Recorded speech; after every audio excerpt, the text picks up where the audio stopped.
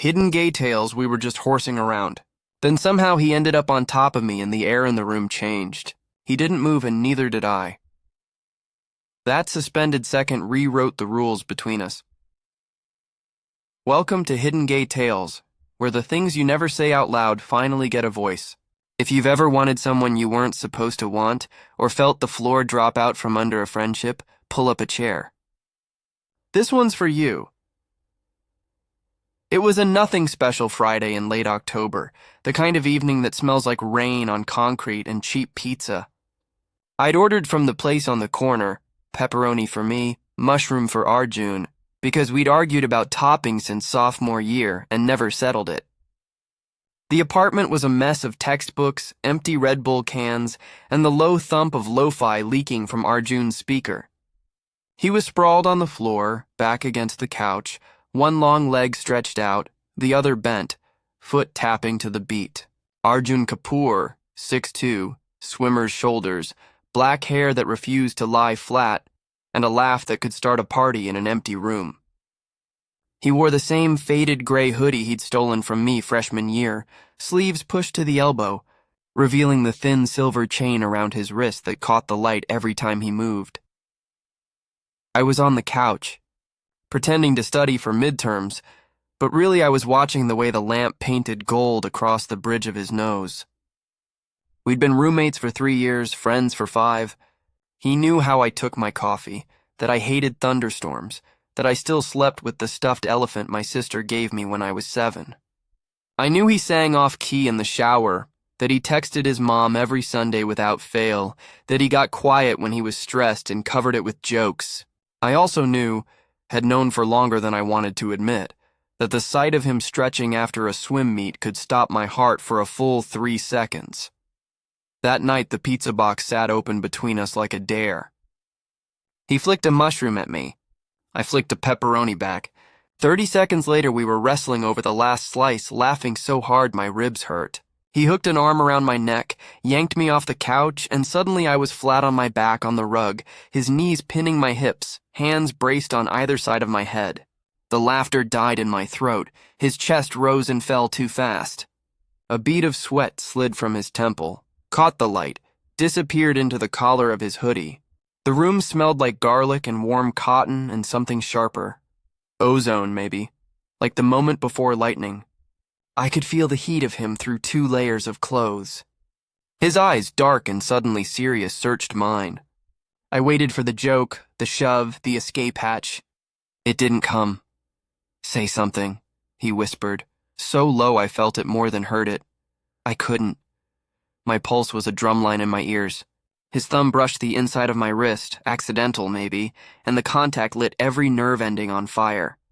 He didn't pull away. Neither did I, Arjun, I managed. It came out rough, like I'd swallowed sand. He swallowed hard. The muscle in his jaw jumped. He stopped, shook his head once, a tiny motion. I don't want to move. Don't, I thought. The words stuck behind my teeth. Instead, I shifted, just enough for my knee to nudge his thigh. His breath hitched. The sound undid me. I feel it too, I said. My voice cracked on the last word, but I didn't care. Something softened in his face, relief, terror, wonder, all at once. He lowered himself slowly, elbows bending until his forehead rested against mine. The weight of him was perfect, grounding. His hair tickled my cheek. I could count the tiny freckles across the bridge of his nose, could see the flecks of gold in his irises that only showed up in certain light. We stayed like that, breathing each other in, the pizza forgotten, the music a distant hum. Minutes or hours later, he moved first. Not away, just enough to sit back on his heels, hands still braced on the rug beside my shoulders. The absence of his weight left me cold.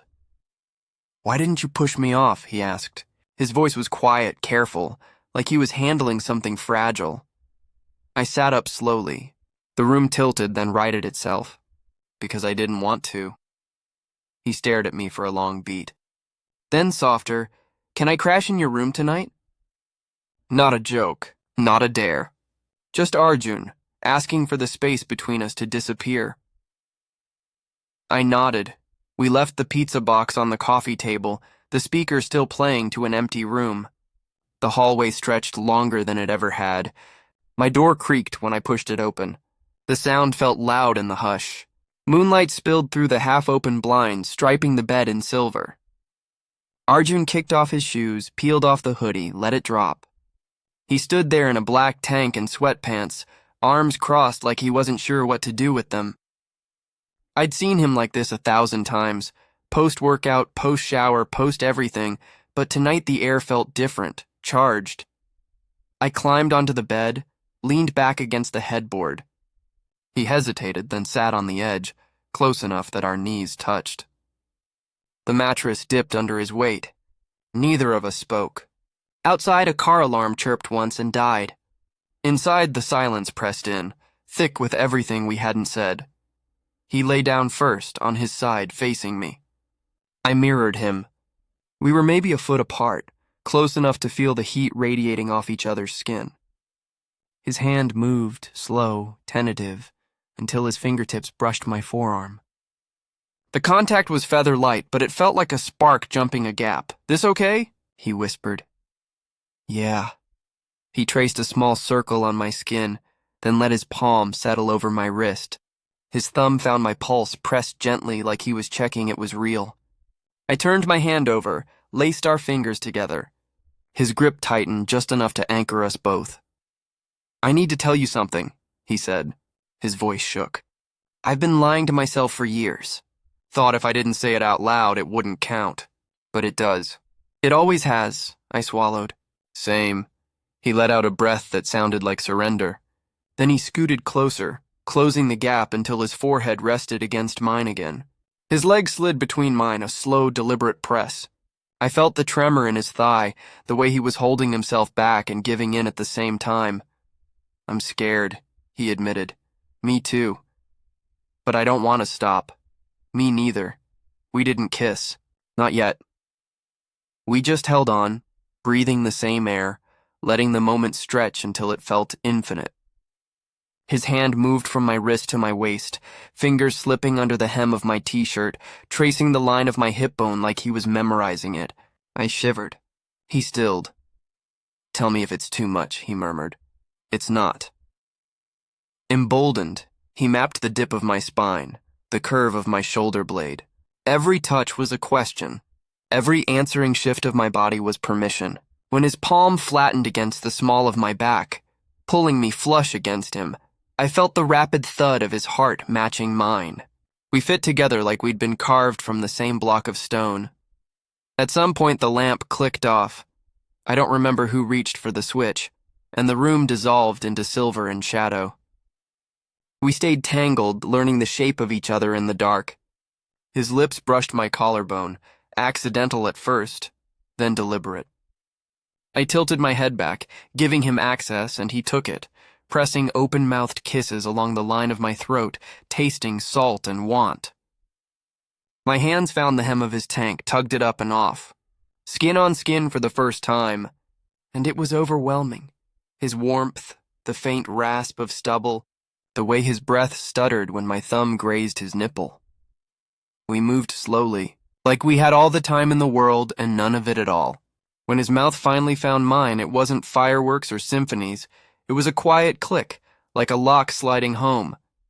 Soft, tentative, then deeper, hungrier.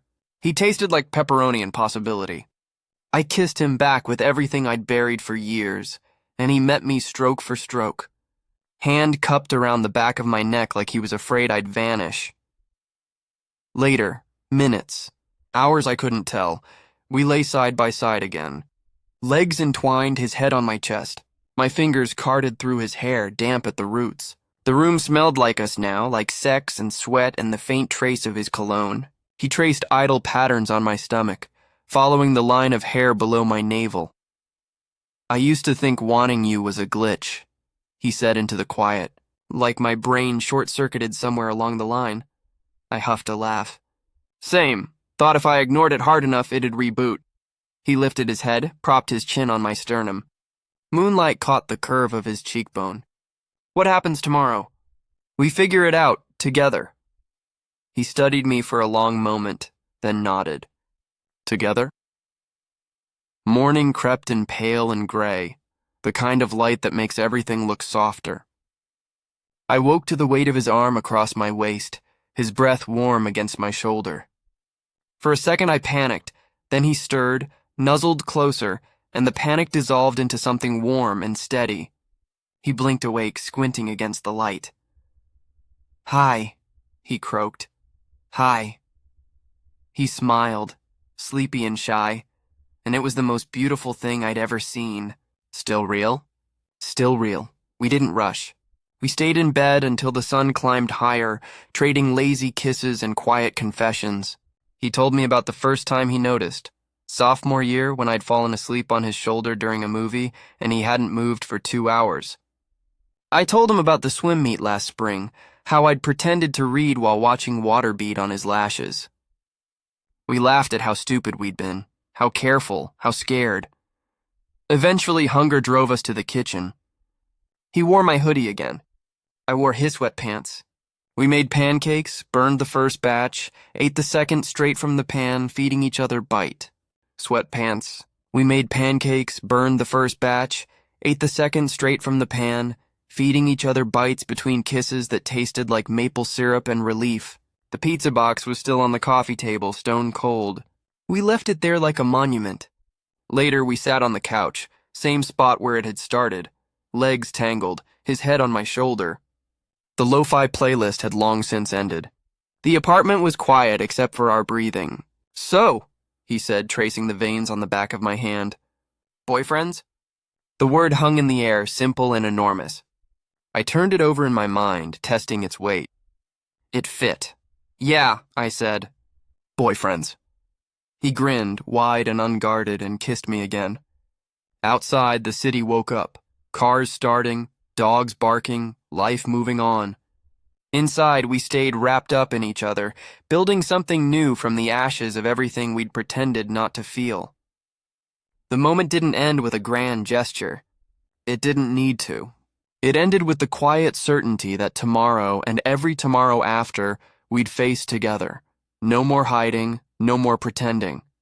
Just us, real and raw and finally free. The light through the half-open blinds was pale, almost silver, the kind of early morning glow that makes everything look like it's underwater. I lay on my back, one arm flung above my head, the other pinned beneath the slow, steady weight of Alex's shoulder. He was still asleep, face half buried in the pillow, one leg hooked over mine like he'd claimed the territory sometime in the night and had no intention of surrendering it. His breath was warm against my collarbone, rhythmic, untroubled. I didn't move. Couldn't. My chest felt too full, like someone had poured liquid metal in there and it hadn't cooled yet. We'd been roommates for 14 months. 14 months of shared grocery runs, late-night takeout, arguing over whose turn it was to take out the trash. 14 months of me pretending I didn't notice the way his t-shirts clung to his back when he reached for something on the top shelf, or how his laugh cracked open something low in my stomach. And then last night had happened. Not drunk, not accidental, just inevitable. He stirred. His arm, draped across my waist, tightened for a second, fingers curling into the fabric of my tank top like he was testing if I was real. His voice came out gravelly, half asleep. "You're still here?" I swallowed. "You're still holding on." A slow smile tugged at the corner of his mouth. His eyes opened, hazel, flecked with gold, softer than I'd ever seen them. "Yeah," he said. "Guess I am." We stared at each other. The silence wasn't awkward. It was thick, humming. Like the air before a storm. His thumb brushed the strip of skin where my shirt had ridden up, slow, deliberate. Not asking, just acknowledging. "You didn't dream it, right?" he murmured. I shook my head.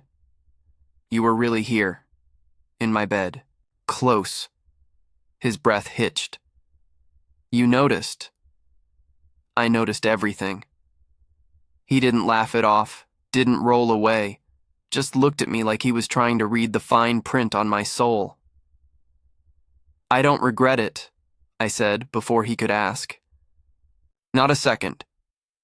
He exhaled, long and shaky. "Can I ask you something?" "Shoot." "Was last night just something you needed to get out of your system?" I sat up a little, propping myself on one elbow. His face was serious now, the sleepiness burned off. "No," I said. "Was it for you?" He shook his head. "I've been fighting this for months. Last night I just stopped." The words hung between us, heavy and true. I reached out, brushed a strand of dark hair off his forehead.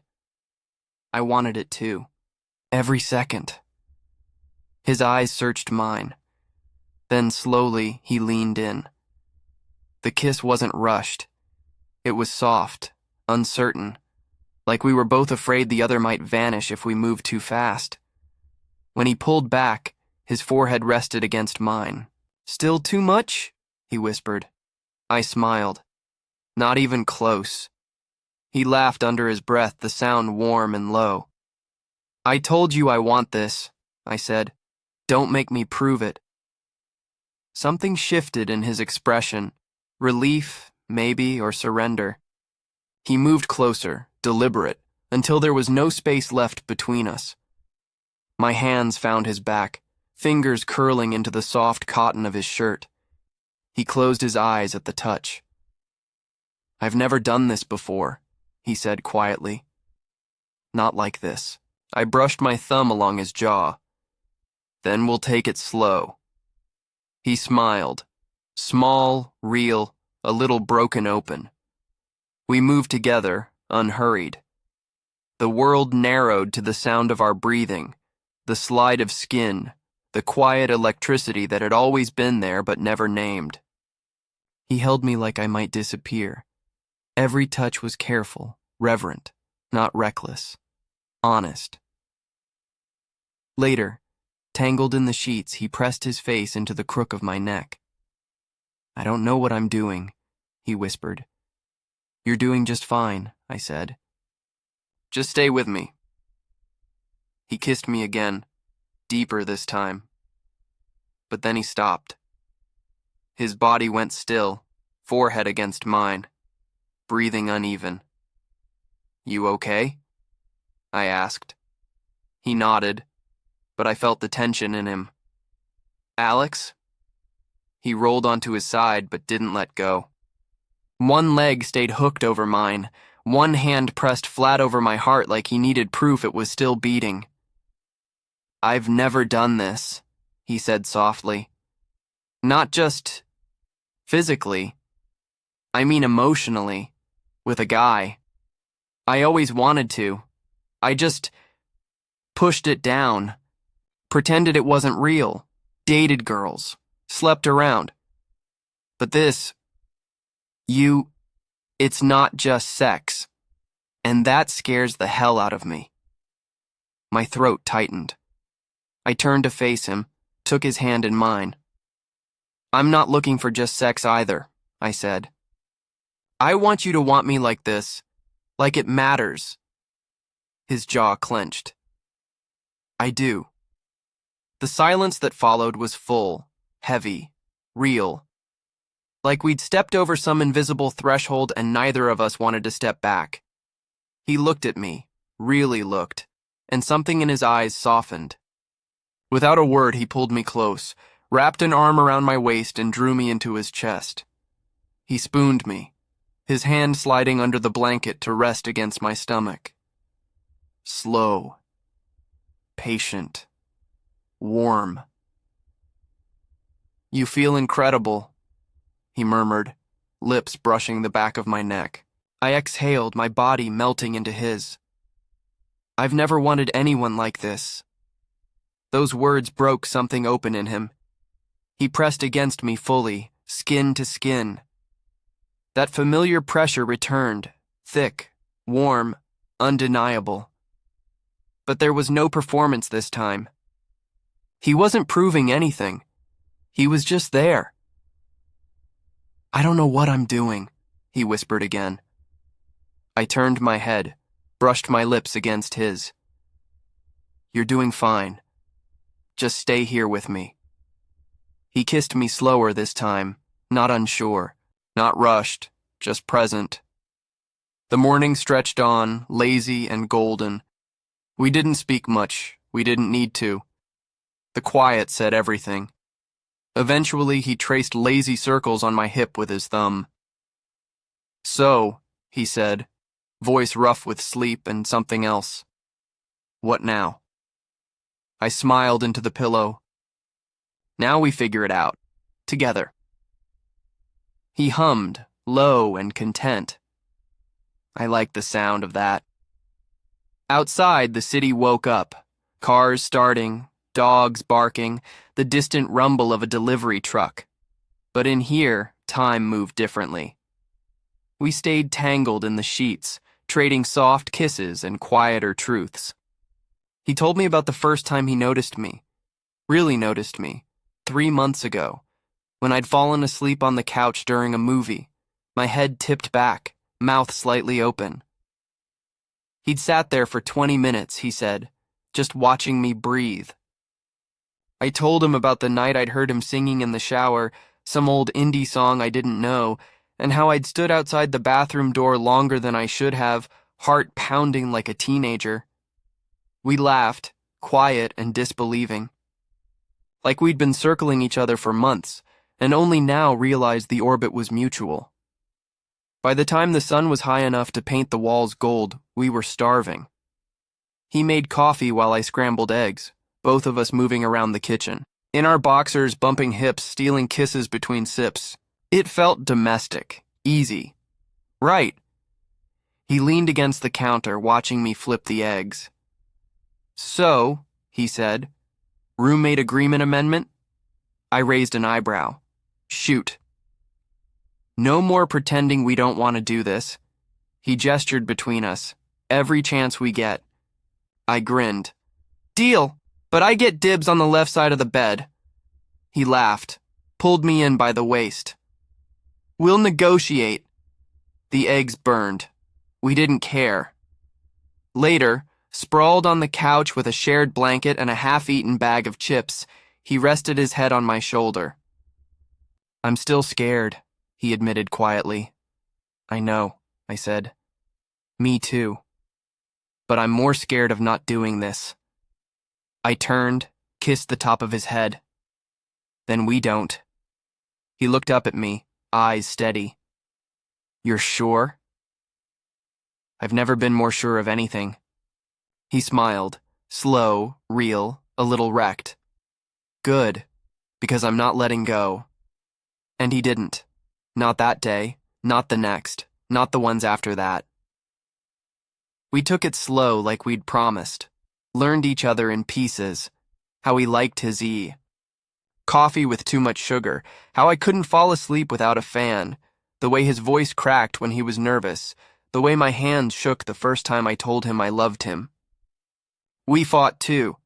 About stupid things, whose turn it was to buy toilet paper, whether pineapple belonged on pizza. But we always came back to the same place, tangled in bed, foreheads pressed together, breathing the same air. One night, months later, he came home late from work, shoulders slumped. I was on the couch, laptop balanced on my knees, pretending to work. He dropped his bag, kicked off his shoes, and crawled into my lap without a word. I closed the laptop, wrapped my arms around him. Bad day? I asked. He nodded against my chest. Just a lot. I kissed his temple. Stay here with me. He did. Always did. The world outside kept spinning. Jobs, bills, the slow grind of everyday life. But in our apartment, in the quiet moments between, we built something solid. Something ours. Not perfect. Not easy. But real. And every morning, when the light through the blinds turned silver and the city was still asleep, I'd wake up with his arm across my waist, his breath warm against my skin, and I'd think, this. This is what home feels like.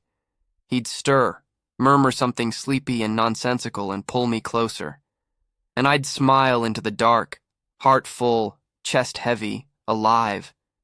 Just like the first morning. Just like always. The apartment smelled faintly of old pizza boxes and the citrus candle Alex insisted on burning to mask the chaos. I was on the couch, laptop balanced on my thighs, pretending to debug code while actually doom-scrolling memes. The front door rattled, keys jangled, and Ethan shouldered in with 2 grocery bags and a duffel that looked like it had survived a war zone. "Rent's due tomorrow," he announced, kicking the door shut. "And I'm out of protein powder, so one of these bags is 90% sadness." I snorted. "You could just eat real food." "Real food doesn't flex, Liam." He dropped the bags on the counter, then himself into the armchair opposite me. His hair was damp from the drizzle outside. A single droplet slid from his temple, traced the sharp line of his jaw, and vanished into the collar of his hoodie. I looked away too fast. We'd been roommates for 7 months. Long enough for me to memorize the way he hummed off key while brushing his teeth, the exact pitch of his laugh when he thought no one was listening, the way he always left one sock inside out on the radiator, long enough for the air between us to feel charged, like a wire pulled too tight. That night the power flickered during a thunderstorm. The lights died with a sigh, plunging the living room into charcoal shadows. Ethan cursed, fumbling for his phone. The screen lit his face in cold blue. Cheekbones, the small scar above his left eyebrow, the mouth I'd caught myself staring at more times than I'd admit. "Generator's busted again," he said.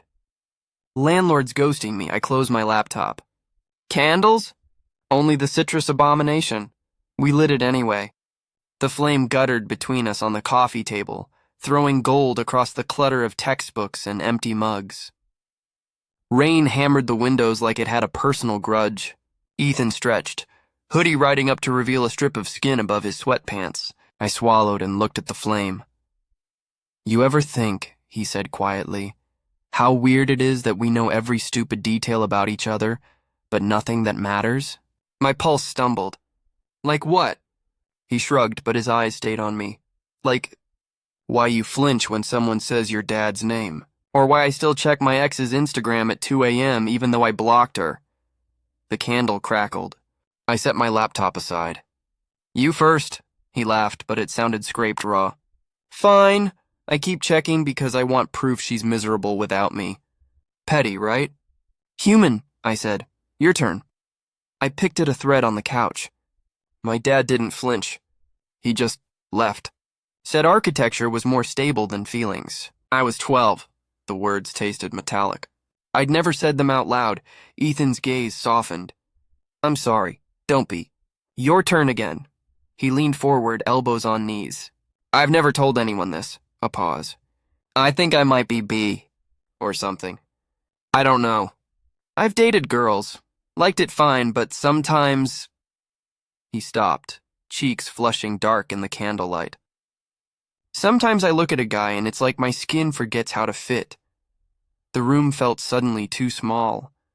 My heart was a drumline. "Sometimes," I said, voice barely above the rain, "I look at you and forget how to breathe."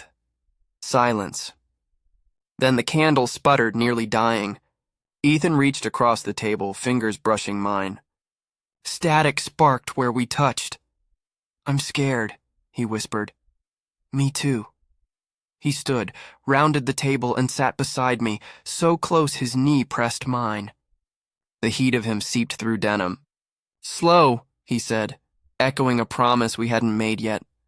"Just stay," I nodded.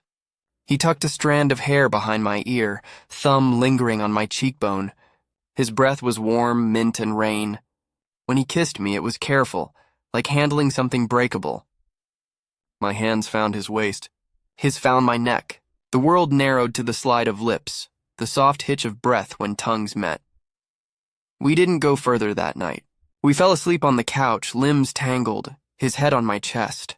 I woke to gray morning light and the steady thump of his heart under my palm. He stirred, blinked up at me with sleep-swollen eyes. "You're still here," I said. "Told you I'm bad at leaving." He smiled, small and real. "Coffee?" We moved around the kitchen like we'd done it forever. Him measuring grounds, me stealing sips from his mug. No labels, no rush. Just the quiet certainty that something had shifted. Days blurred. We studied in the same room, shoulders brushing. He cooked pasta while I chopped vegetables, hip-checking me when I stole a noodle.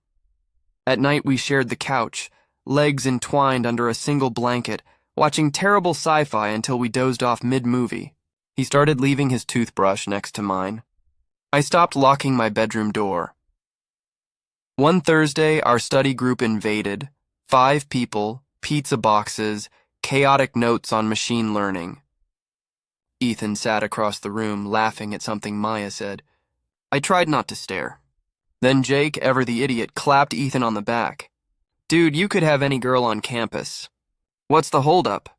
Ethan's laugh faded. He looked at me, steady, unafraid. "Actually, I'm kind of taken." The room went still. Maya's eyebrows shot up. "Spill." Ethan's smile was soft, proud. "He's right there." He nodded toward me. Pizza forgotten, everyone turned. My face burned. Ethan just kept smiling like it was the simplest truth in the world. Later, after they left, he found me in the kitchen rinsing plates. His arm slid around my waist from behind, chin on my shoulder. "You okay?" I set a plate down, turned in his arms. "You didn't have to." "I wanted to." He pressed his forehead to mine. "No more hiding!" "Not from them. Not from you." I kissed him, slow, grateful, tasting tomato sauce and certainty. "You have no idea what that did to me." "I think I do," he murmured, "because it set me free." That night we didn't tease or rush. We lay face to face in my bed, fingers laced, trading quiet truths in the dark. "I used to think love was a liability," he said, "something that made you weak. And now? Now it feels like armor." He brushed his thumb across my knuckles. "I want mornings with you. Arguments over whose turn it is to buy milk. Growing old and ridiculous together," I laughed, tears pricking. "I want that too." Weeks turned into months. We built small rituals. Sunday pancakes, Thursday movie nights, the way he'd rest his chin on my shoulder while I coded. He came out to his sister over video call. I told my mom in a letter I rewrote 6 times. Some reactions were kind, some clumsy, but we faced them side by side. One spring evening, the power stayed on. We sat on the fire escape, city lights flickering below, sharing a blanket and a bottle of cheap wine. Ethan traced idle patterns on my wrist. "Remember the night the lights went out?" he asked.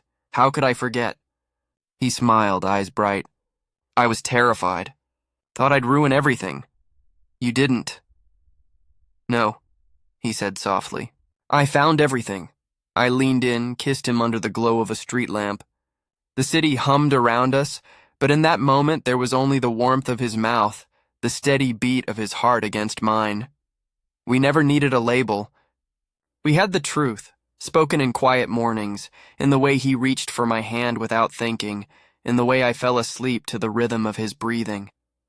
Ethan may have started as the guy who stole the last slice of pizza, but he ended up the center of my universe, and I never wanted him to leave. Not then, not now, not ever. If this story touched you, don't forget to subscribe to Hidden Gay Tales, where real emotions, forbidden desires, and brave love come to life.